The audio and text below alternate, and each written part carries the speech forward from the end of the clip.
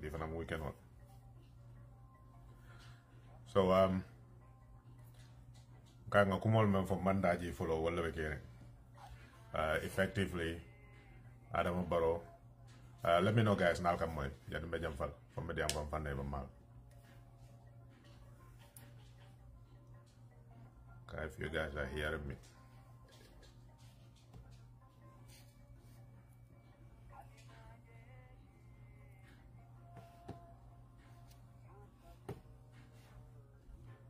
Anybody thumbs up, comment, you can hear. Okay, thank you, Suleiman Barak. Yeah, so Ismaila Caesar, Barola Wulike. Gather full of Indana. Effectively, Nanya Fonunko, Ipareta Nyanakela. Basically, Gambia lam kuoku, Mulunja Yata, Kuoku Maneta, Nina from all distract la, you know, Nene. UDP samane ye diabla du ko won dabo to foje ni o fodro mol kan nyina le ko masibolo ko pri ko ke ye nyata le wasifal ye wala ke it works effectively every single time ni lafta menkela dron kamol distract e ka fala UDP dabo gaminol be kamela mol men jafurde nyaay yela mando ko sifal ga so la campaign platform 2026 e be wala rehearse ka ye wala launch thing say we don't have a new constitution because of UDP and the UDP leadership. Exactly what Ismaila Caesar says. The reason we don't have a new constitution today is because of the UDP and its leadership. So in Inyanabita up to 2026, Barrow failed completely from 2020 for B, which is 4 years. Alors, failures are glaring. Mobe nyabala lako anyanta menkela mak. What sanye nano bacon abe siring bawo sa campaign su yata nandoro bi ko ala ngin ko ma mandi saende ene mol membe den ko kilongal wol ko hani tombo kilongal ni aboje ndal data ji manta support idade bu ko muta ya be falin kew bi ko ngasa manan sa ni man son sa ko tele man so e camera mo gambianol ko man dara loli camera dal man smart e camera man dal mo confingol let ni kon dal me gambie banko dingol etani mo be kukila ko yonko hani ye kukilim bonde nyun ko kono dariye itari ko mu da ya be fale ka ngo nana ngana jube fomba ko ka chano ni maso za mo le tele bala wonyo horbanta yalla be ke ko me yalla ko banko be la den na fengola so comme nga fa nyama Adama Barrow ko be mate political fengo fa ka be political 100% atala na fa be dama do hani constitution on ya jube ni dunda ko na ya jube fengo fenati je me yalla ko sa ko nyimbe gambe non na fa la te sulata menna o be tala ya ko be mbaya la nda fanko do e ka fa me bread crumbs sa fa gambe non ka ko yalla ngal tali nyinda o bal fanan na fa la so ka bring ite lokko dati la fo bi il a tani constitution ko la campaign instrument la de me yalla ko banko dingol ni be laari wala ka banko dingol la balu nya be laari wala ka la human rights la ko be laari ni constitution ka itel ma ka fe di fo political tool Adama Barrow man la fi constitution kutola kabrin chukula modan man la fa 1997 constitution wala ka arrange ate lafta wol bar bawo campaign wato kana si le planol do bortiye nawek bela kenyanta yal ji ko be banko ka ni samana tan ne ni silol men do ko me do ko ku mol la kordal be tara jiokon ku wokul man tara ker ko banko ka me anko ku kendolam bawo wol bebe kerene ko matu nga mol filindi nga ñing constitution ko sambana baaw ni tel nga ñing falen ko nga falen ñame UDP ko do sonna ni balade do sa ko UDP ko le yo ke campagne rawol amantare sonno mon tela tutantel la bulu banko dingol nga hasdia bonde na kool kono nga konnante ya bonde na kool kono nga ñim mol yako ñin man la fintel la nga totale man la fin na yurwale man la fin na kayrol itel be fama fen ko woto e be la posol fand la ñame e be baadungol ke la kuti ñame itel tate na la do ko be mol so nintal ma wajje non faye ma fala habar UDP fana ñene ka habar ñim fana ñene ke meanwhile banko dungol be siribe torani men yalon ko ye sasiko e banko dungol la toro bonde ga yela bata bonde ga wol mon ku keno wote man yela hajita woto nga nyakas wala men dol no ma ngi gata lawon no ba fala ko ha ni man ñinke no ni ñinke no ni fankata ni kete meanwhile mol be sirim banko kan konko be la ila fengol famo man kela fengoti bawo sumol la ka du kay nyapi ke ni kido bar ni finda wati do ko UDP dabo dorom prim mo be wuli kamre mo jafruto Gambianol be nyanta balana nyina la ka fo ngo ni nyanta ko menkele make ika wuli ka ka politique ko de ka fo ha UDP e kamera UDP banko mo be dinke folol fa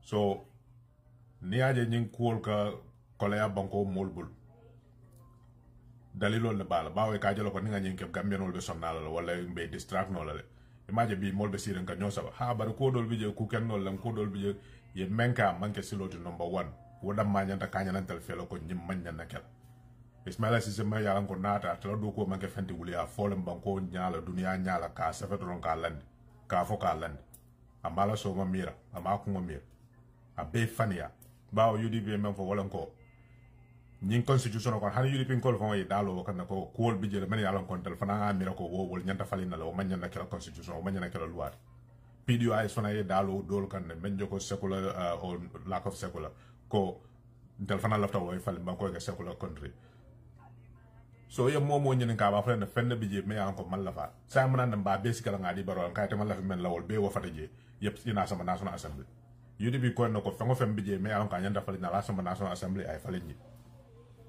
atara na rabe mo muna netel bala no iko mal la fi tam limit la ji asama national assembly fo député table yi UDP la balanda be mo kana falin state house asama national assembly bari rara state house da mal dunde la cabinet do kono inim mo man consult mol membe ye da ke ni constitution kuto la kuoto me ya ko adam baro la constitution amake gameno la constitution fa wala mundi banko maral kan al tel banko dinga lafta yal mara nyaadi munal be kala tel fe tanote munal be kala fe ku kendo man sa kunda nyanta mun kala ya amanya na dabla lam na ku luwata rana be mol sa ni de site ko idam mala be wasafala ya di banko dinga la ko nyinam ko te me yal ko banko nyanta tamala nyina banko mol fo be son da menna enen constitutional review commission site ya ko kaja wole men samalete yo mota ya bondi je ko hani ni manta kala fendi al nga wala ni karala ala fele tanga me nyina bete ata tel fe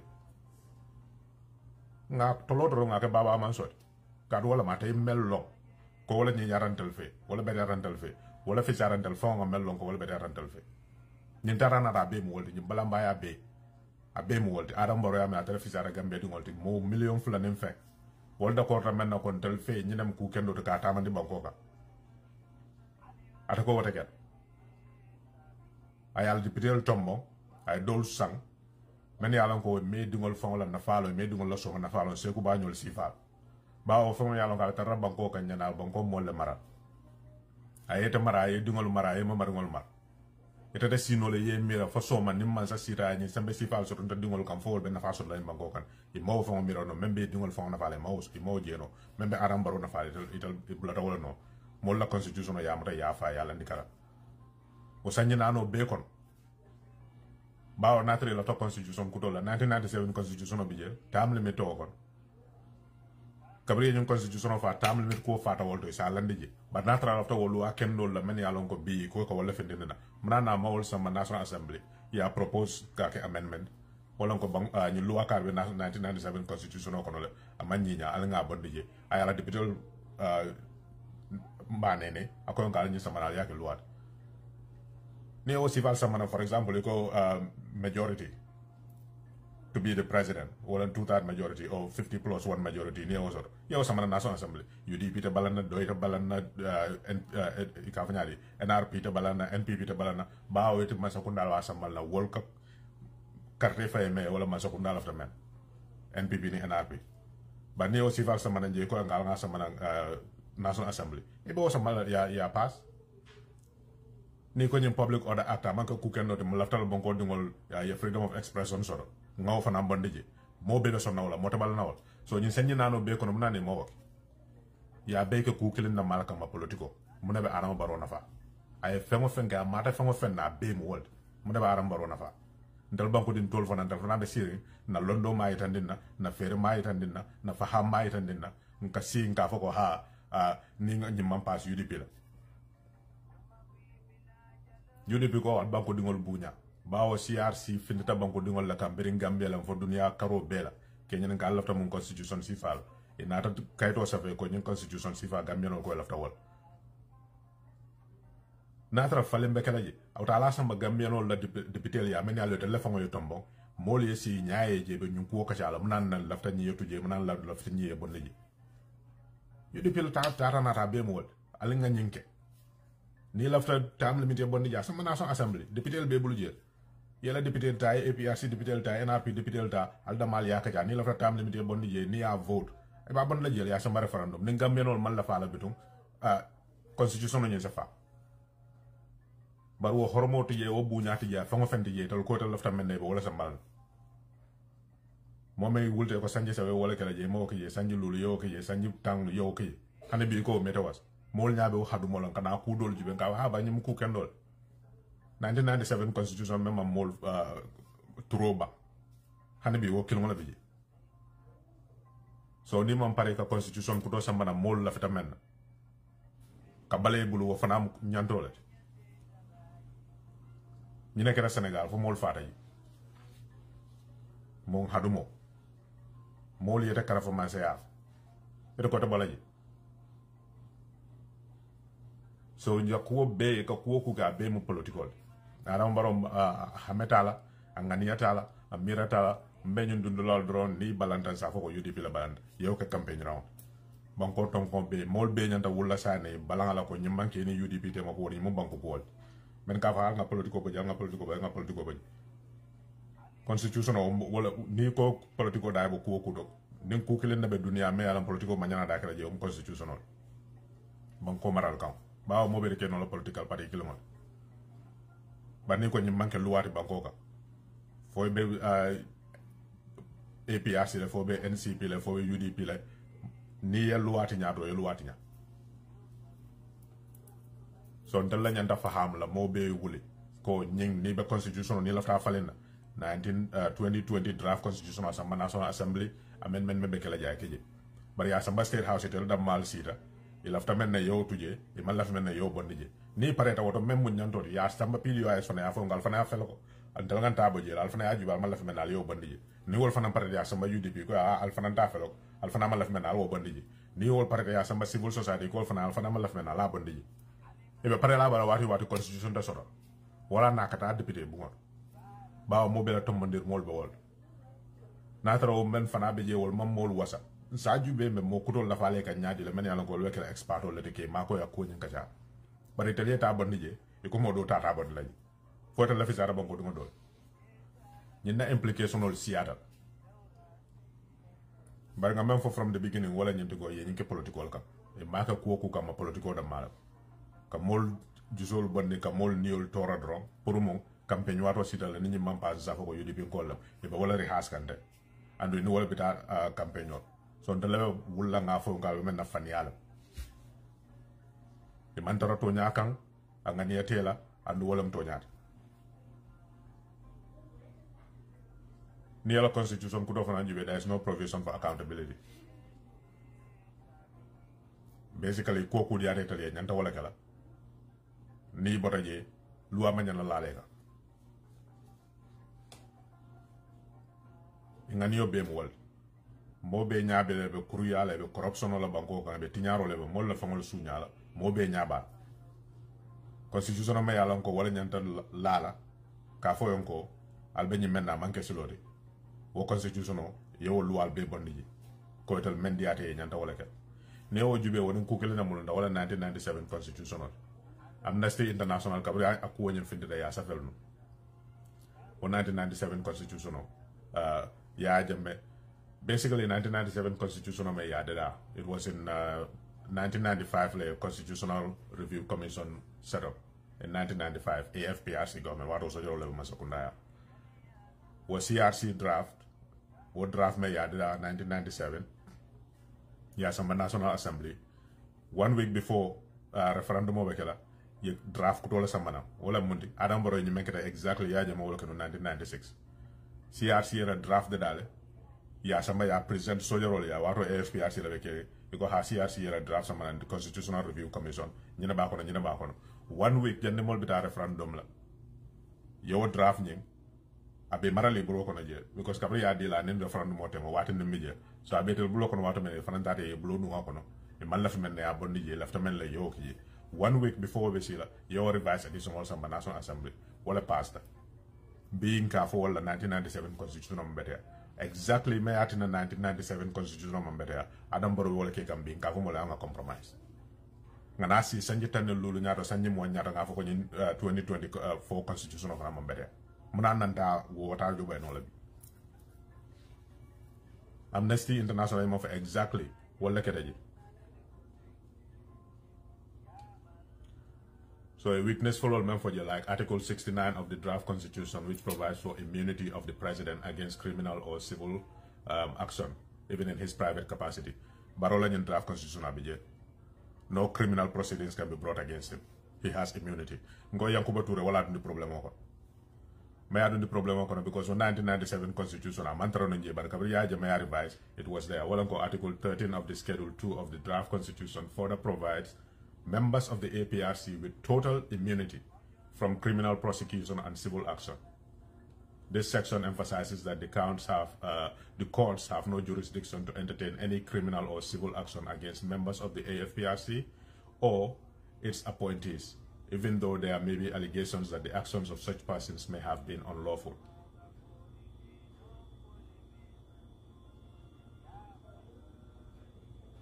And then Article 14 of Schedule 2 also prevents the courts from receiving any complaints regarding the confiscation of property of any of the penalties imposed by the AFPRC or the chairman. And Article 17 prohibits the National Assembly from amending any of the provisions of the schedule which provides immunity to the AFPRC.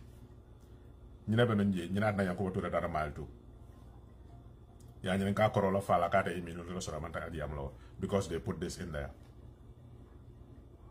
Wala ko tole ko ku gero la beteatal ye ko ku gero la beteatal ani luwa tato ani luwa manta hanani luwa manta mo be ya je ko jahara nyen luwa manta kiti bungol man sembe so ko ku nyen ka ni mo ya complain fon sama nje ba fa la banda ye wol luwa du constitution ko bi aram baro be wala kega kate immunity la sot mo manya na te prosecute o be o constitution ko naji so ni nga o pass wala bi men di atata e wrong ayo ni ka ni ñu luwa manta ata dati ji wo fana be implication do men sambal na wala ñu ko ata yo immunity men so do sa ni debate attack am basically you against the constitution so momo yo woke be tam dala with the same constitution in 1995 August 1995 the draft new fintrana 1993 I think 1993 or 92 Jawara death penalty on the Gambia. Basically, there was no death penalty. But Kabri Indian draft kuto samana CRC Indian draft they maintain that there should be no death penalty in the Gambia. Kabri Jamaya falling a death penalty introduced ye. Monakera Kabra introduced ye mile 29 inmates. I may be fa. Kafoko is in the constitution. Mol Kawuli Gavoka ha Lualeaf Hani Islamo Konabije. Mol New Tinyata Kensek. Many along new crime commit. Well, court is sentenced already. Near lower criminal samana can tinyar civil samana bankoka. You never firing around barolog new constitution of Abuka bake fenkamo political cola. Meo example clear and dala kabra yakumba bay. At a court. Court ya tandala ko ni National Assembly member tombom for ya confirm wolenko ya kalindiko sa National Assembly member president wa sembe soroka bay kote. Akamal lefu walaji. Yo fana bonde je ko effectively president sa mo nominate nole ayake National Assembly ning wala ko man di ay hanata ya confirm le already president ya bay wala ko atay sem moment soto wala signanta si ala even National Assembly ite clear yo sem bo soto tu wa ko de ka wala co-equal branch of government wala ko executive wala president ko men nyaton kaya judiciary jojol ko men nyaton kaya and National Assembly député wala president be ko be tekri ñole be fula sa nato ko ala ñun dol ken tadingol wala député na diata ñi bouté na diata ñi police na diata ñi ko manda alta konton na diata ñi bay ate ko yo sambo di ala be ñun constitution ko to ko non nga fo ma so wat abe mu political because wo ka ben course yo fo imagine hama balo ta ka fo nga ha course sol ñantale e ka masa kunda fasa i malla fi fango fenna la je hande feng malla fa la je pour mo italien sembo soto men diate yake men la ko diate yewol sementu ya men la ko man die mantora la fero tata nata be mo so nin ko nga compromise wala lilo la ka momo ka wofo mfana nyanta wulla wal kamale ye ngo fintini wati wati bawo gamino diam lal e kasiya mo be wafla ha ali nga kete ngal nga bla nyin do no mal nga fankaten compromise ani nyin be muna compromise ya amra nyin be ta na 100% tam limit da ma baro wala falen jira nyin to samana li wala mol se won negotiate no even tell membe UDP nga fa okay al be lorin silo men kan silo la 100% correct bar bawo tam limit da malam al nga wo bondi je nga da carte fo la nga bondi je nintal natal nga tam limit mo rundi je kuni lam mutantal fo sa fo ko okay al wotobul bar wada manta ko yo bondi je le yo ku jama wala bondi je essentially bar wala fam la ay ke man sat ko ngalen sonko ñol sival mu man sat ñama mo te fam folay mo tamata la kul ko ku diarate yo banko ka yakiji a borin ko laje fana masa kuno la so ni ko compromise ka ko compromise ni na nda la samante ndungol la samante mamar ngol la samante na fa bija beta adama barona la molka to men tuta jen telephone da malsina jube mboka la nyaari ñin lam ko me yalan ko ye fansiti ñina la ila flaka la campagne rawte hani aje man constitution sodo UDP ngol la so sa na wato de mobe wuli ngan kan la faji kay tan dila ko adama baro be ñim menna man tra fenna politiko ko la be banko dingol niyo aba wala torakan banko niyo banko dingol niyo tinya kam mun kamala atala politiko ko kam bawo fo ma yanka banko be na faale to ko man taw kel membe te na faale be wala kel to men tuta je sodi banko dingol ni na faatu sodo je salam ni man to sodo je mo magna na ma sa opposition la ma fa wala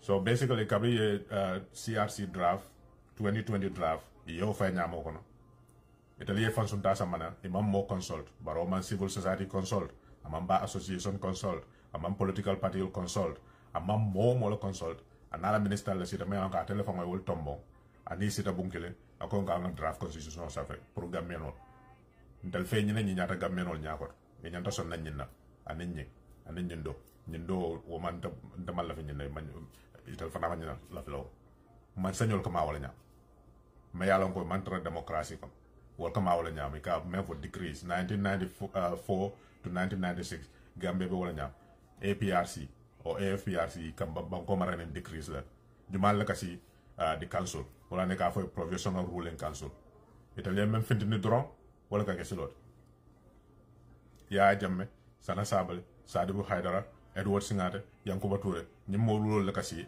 ya fa la fa ñu lay ke banko kan wayek ene mota sila ya ko kaja yo decree ngol la samanje wala ne political party yol ban ye PPP ban ye Jawara ban ye Sirif ban ye Assane Moussa ban ye GPP ban ye NCP ban ye be ban constitutional ma fo loi ma fo fe ma fo ñim mo lulol da mal site ya bar momon ku no je bawo mena constitutional suspend wala ke de la force crime ka constitutional suspect ko banko maral kan woni sa entre bo brukala baro banko maral kon fana nyina foje ko momo ya bruka ye kula ka me alan ko banko e ka fa me treason ni e muta wala nyande soro ne si yoda bawo ye tajirante ya banko ka wala treason so ni aje yo provision do samana immunity wala kon dal nga ko ga hana tra luwati nyala mo man nyanantal procedure la fombe man sa yala fo man man sa ya o kukil ngo non sen some Yankuba Touré sama maltu fasi yoda wodali lo atne ya ka katu lak act follow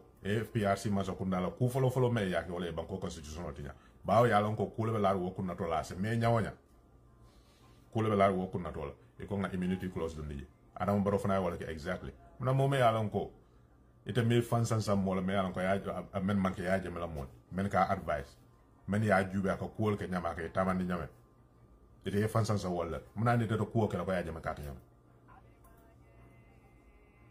so nyin tata na gaminol nyanta me understand wala ko nyin aya beke political kam angani tala amira nyatala atlaftam na dro wala sambo so men diata banko ka ya kiji nin sondanyi ye pass momo e baro opposition kuma fa manyana men fola e be kulek la le kam me alon ko ya je me mel lan kam wo fo ba flo wo mo fo finin ko asa mol fa kuta balaji nin ka sibi nka fo ka ha wata kala nga ya je mel 1997 constitution jubi e ka fa mena ha death penalty o constitution ko ne bar bi ka implement kabri ya je me pare de ka mol bondi sedara manta mol fa aya dana ni munaka constitution ha death penalty la so mo buka soma jeno barika nyasir ko hada madi ngoni sambodia akamutala dolo akasira power is intoxicating. So ni wasembe sifadi mola, you have no guardrails. Kafan ko ni nyinke ni silo wale, ni nyinke ni silo wale la. But all after muna la fonka me na legacy. Wo legacy abe la firi wala wala na ka maslaha ko do la pour mol kana sa mol kana foko ha ay nyina ke jantani loi manta nyina kana loi manta. Bar sa ni loi be fale pour wo ke kuti me yalon ko ite lafta men na wala nyanta tamala banko ka. Sa manta loi tinya e be la ni dial tamani kan no ba lo ni dia yo tamani ya ke loi. Nimba fala 2024 draft wala barola ni dia loi ay wala samana banko mo ya ko ngala fe lafta ali nyina ta ali ya ke loi. Isa jante sekal ko kam mansa de men dia ta ngat me yukuma fo ma man dia me ngasoro wala ngafa asatra mal luwatinya mo me yalan ka bu ke mirano ko tambi sanji lulu dindugo nyaawol ko wol drom baro kala fo. So all the things me yalan ko Amnesty International they call it out in 1996 when the new draft constitution, because at that time even UDP was not formed at that time. By the time the draft constitution came, I think it was in August. August. A few weeks later, the UDP was formed. The things that they called out is exactly what happened.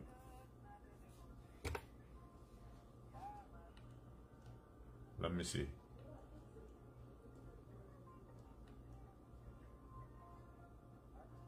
So basically, the importance of the rule of law, they call that out.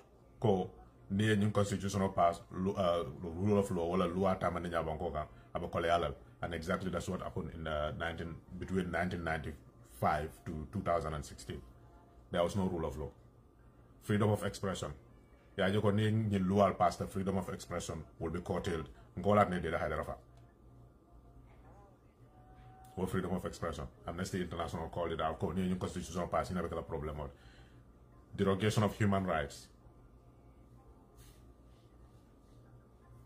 Iko new constitutional pass wala ya jame nyole constitutional me ya tinya 1995 draft me ya tinya ye fansu dasama ni yake there will be human rights derogation wala ka human rights betala banko kan fo mank between 1995 and 19 ñin manka kum fanunte di manka jinati manka buat e ka jelo ko banko kotongol kan nen sifal keta ak sababo kan aka kenyinet wala ne ñin sila karita e ka defanye ñin tanda kar abeta rana ramol ndel fana bo wala fo kam bi ko ni adam baro nin sonta ñin tamben ñing anin wala beket mo sa ha manke o mo sifara kuno nga manke o mo sifara wala na ajiyam ko on ko al nga ñin tombo nga tamben bi ajube abu ko wala nek aka doya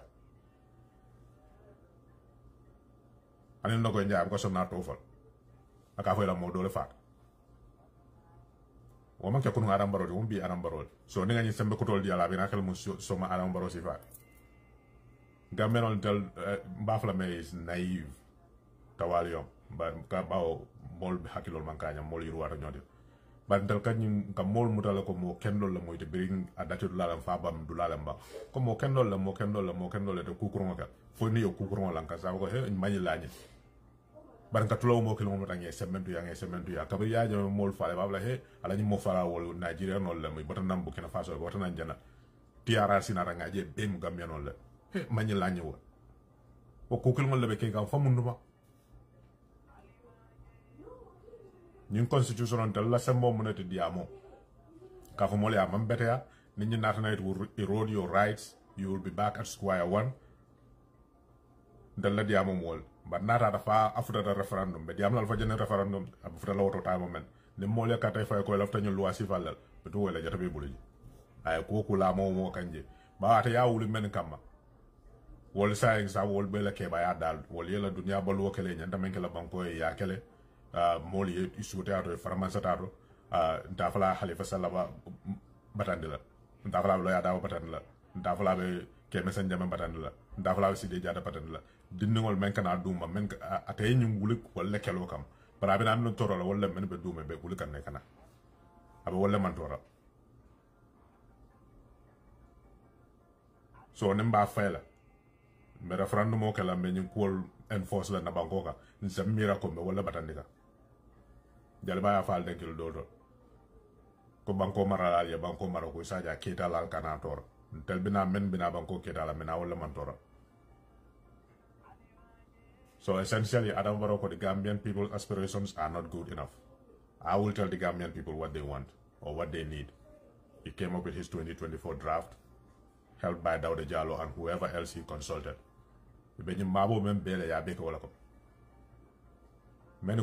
Follow the due process. That's essentially UDP's position. 100% follow the due process.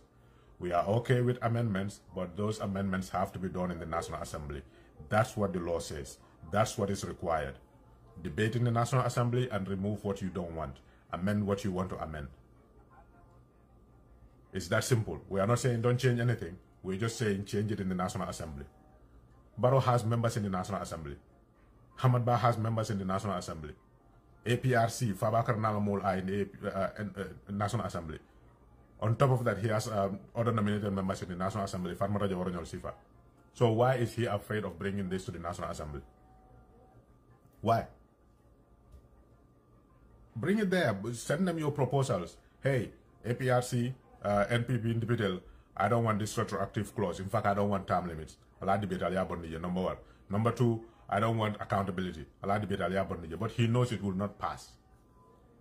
So what is best? Let me do it myself and impose it on the people. Because now for the National Assembly, that's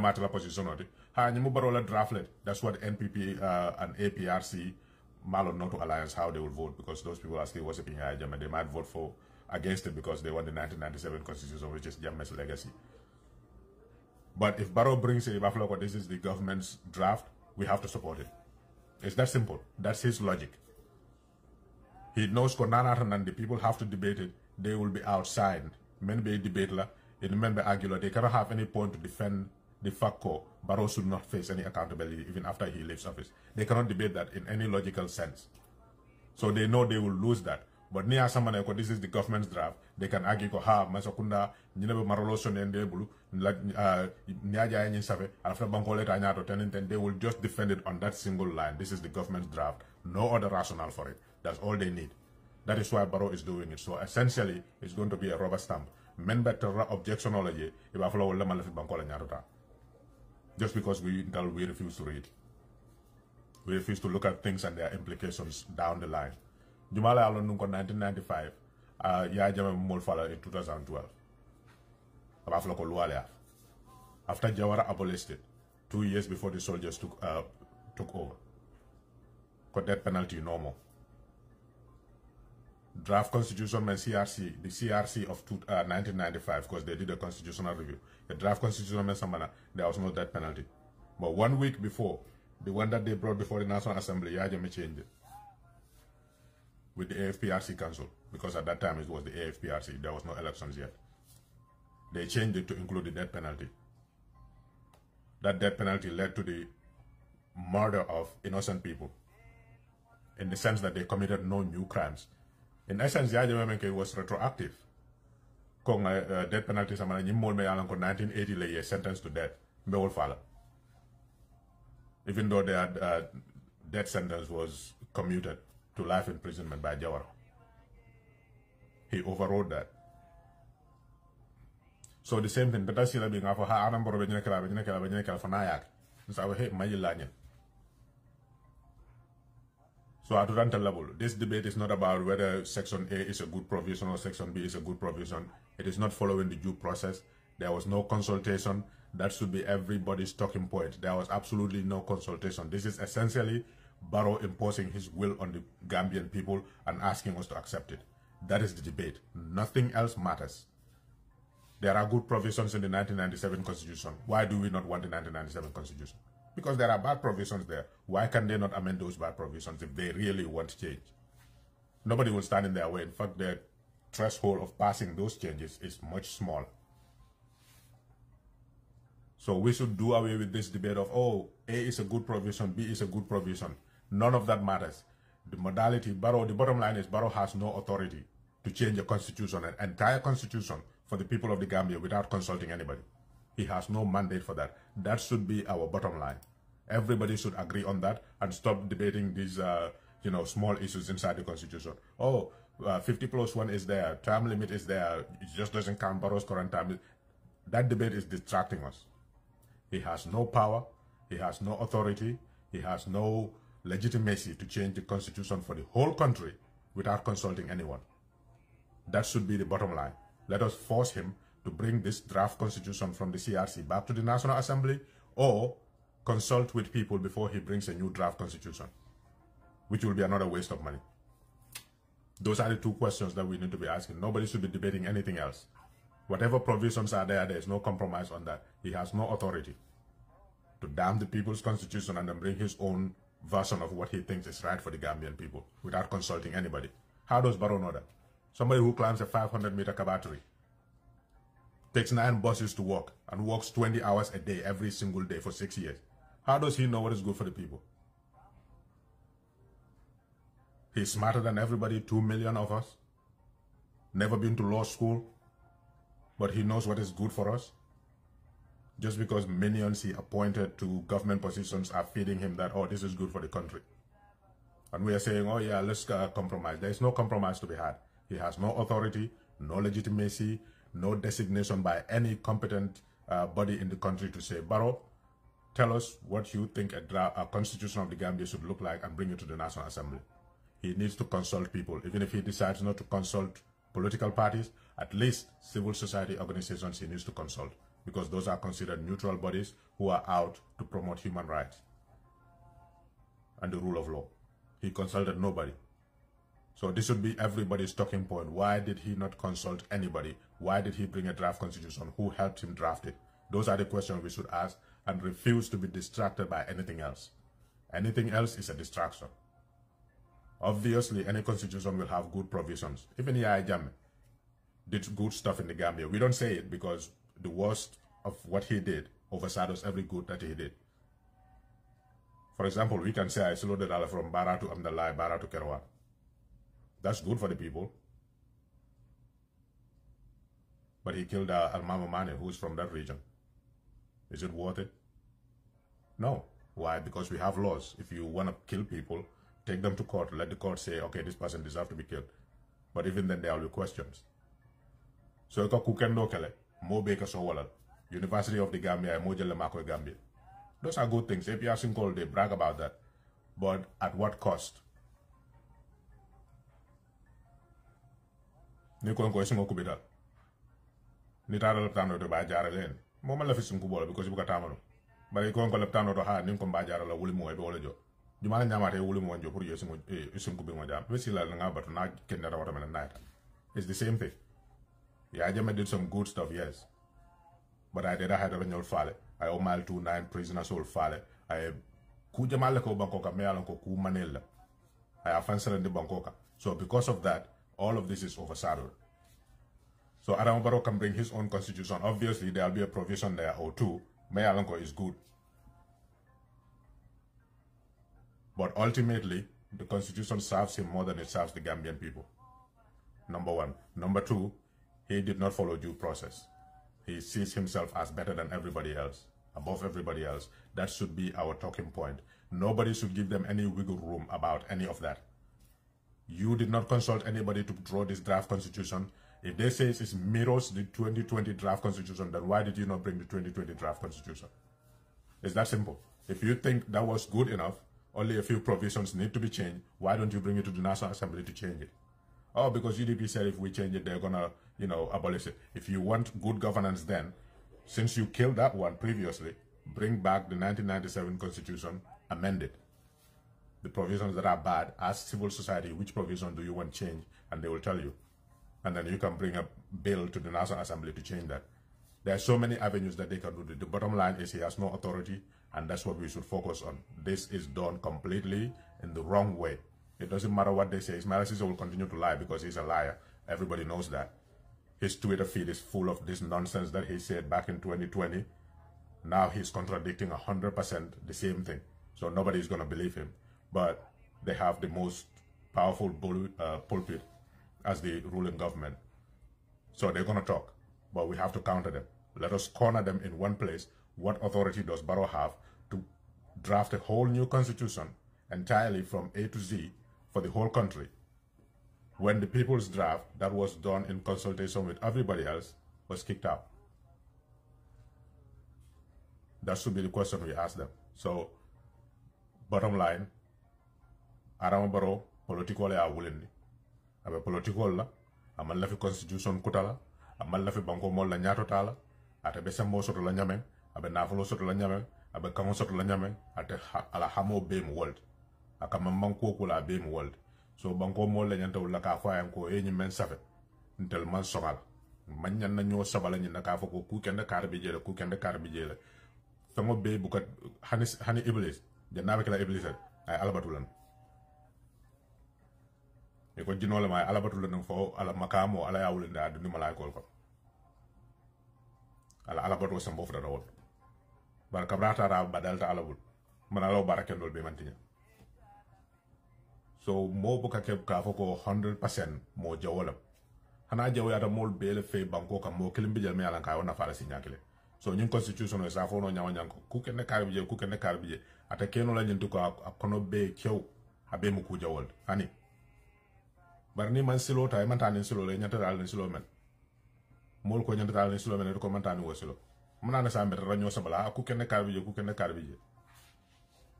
UDP lo la menti wala ñintu ko ala samba député bu ngon Allah ta fam fale naje ni député el son takay fale ay fale ana tral be député el sanna la lisa mol salon ko okay ñin leti ñaro ko banko ka bara ñanta tala ni wasilo la tani wasilo la kanata ni silo do lo kote kumo tata na la be mol de say ka wuli al sabara ha ni ajam man constitution soto UDP la atra te wo Dr. Smaila Cissé kilimo sanji sabal sanji nani ko aka memfo wala ko baro man na mol la constitution tinya bi je place di ala ya dafan ko mun ko de la mbam fo fu do la mbay ya dafan wala abuka fem fo no ko de ñim fan ya sifal ne ñing hasidi yalla wala ka banko seeni kom mo me an ko te bu ka fenje kuntino na fa ko la nako karab dame do ye bori ni la di ba ya si wandi banko ka menya ko yela banko de dal ya mo le fili banko ka menya la sintele be boral me so ñata tambela ñin na la ka fa ko yena ye mol nene yen la te fa fa nantel ngo si ka ngadi itel be yir wala be ta ñaato doro ndel be sidon la kilomètre ni kontal be banko mo lan to be dama bi alhamdulillah ta fa la mo ko ma koy ñin ala en france la na do ban ngom be mbulun kan di mbayal ma ken no wala ni mo kilim mo fla la ngol fa na ma koy no li la hajo wul don tal do ta fa la ko mina gam yele ngana si je ba wala mun tal ya banko ni bi na fa ni la mecho la binan so din kontal me banko di ngol la men yalla ko bulte la e sintele be bor la men ni mbatana mediam ko wala toya so mo kontina o diamo la fa jane referendum mo be sila den ngaju be ni ngamenol decide ko membe kering wala adam boro mem fanye sonda wala ko wala nyanta kel bitu ko mol be la jata be bulje mol sonda men na say e magnano ko yan lebul ngamera diamo wato diamo la kat diamo wato tamita bitu ngo membe membulje falham. So ala baraka guys, remember, let's not fall for the side debates. This provision is good, that provision is good, is beside the point. Adama Barrow cannot draft a constitution without consulting anybody and impose it on the Gambian people. If it goes to the National Assembly in this format, the only thing that they're going to argue from his party and his allies in the National Assembly is, this is a government draft, we will support it. That's essentially a rubber stamp. That's what they're going to do. The only people resisting will be the UDP and maybe No to Alliance because they want to preserve Yahya Jammeh's 1997 constitution, maybe. So they can shift the blame and say, these are the people, let us kick them all out and have our own National Assembly come 2026, and then we will impose this draft on the people, and then they go after the people that opposed it. It's that simple. Don't be sidetracked, don't be derailed. Focus on what you believe is the right thing, which is he has no power, he has no authority, he has no mandate. The constitution of the country should be drafted in consultation with the citizens of the country to ask them what they want their country to look like, and then you draft according to that. You don't just sit in a room by yourself with your appointed lackeys and draft a constitution. That's where the debate needs to be, nowhere else. Anything else is a distraction, and it justifies their continuous abuse of their office. Allah Barak. So next time, inshallah.